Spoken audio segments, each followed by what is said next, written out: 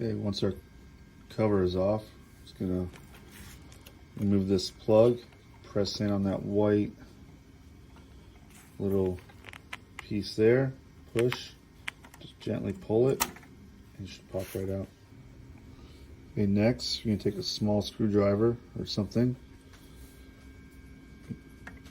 go into here, just go in, twist real easy, same with right here.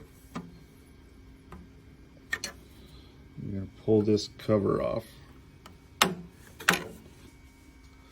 now you're going to take a small Phillips screwdriver, and there's 4 screws right here on all 4 corners. Remove those, and then pull out the control board itself.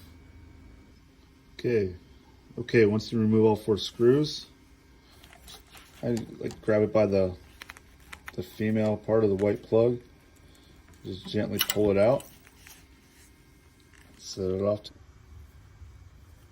Here we are. This is what the LCD screen is going to look like when you receive it. So to get it ready to put into the chiller unit, you're going to pop out your flat screwdriver, put it in this slot here, just a little turn.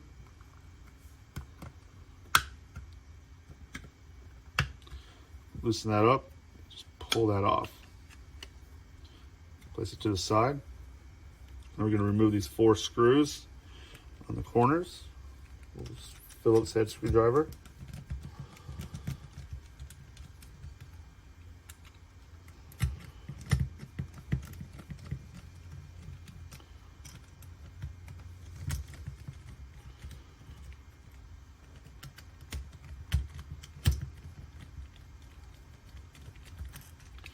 Okay, I like to just grab by the white hook here, or the white plug rather. Pull it out.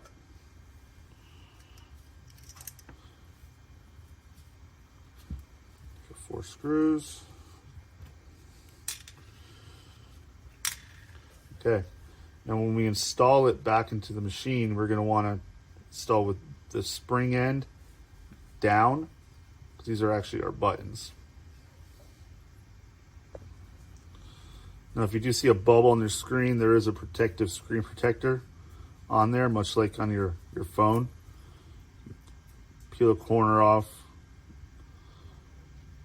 You pull it off completely, or you can work out any air bubbles that might be there from the manufacturing process. Okay, after we get the screen back in place, I'm just going to tighten up the 4 screws, ensuring that we don't over tighten them so we don't cause potential damage to the circuit board.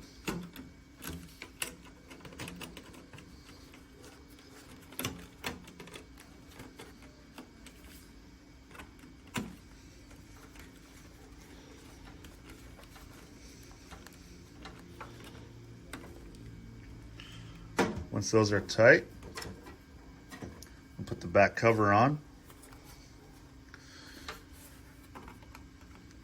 Sure you line up the hole with the female part of the plug.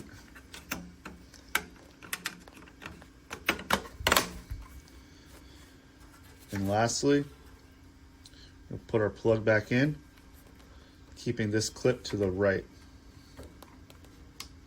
You hear it click, just give a slightest little tug just to make sure you're in place.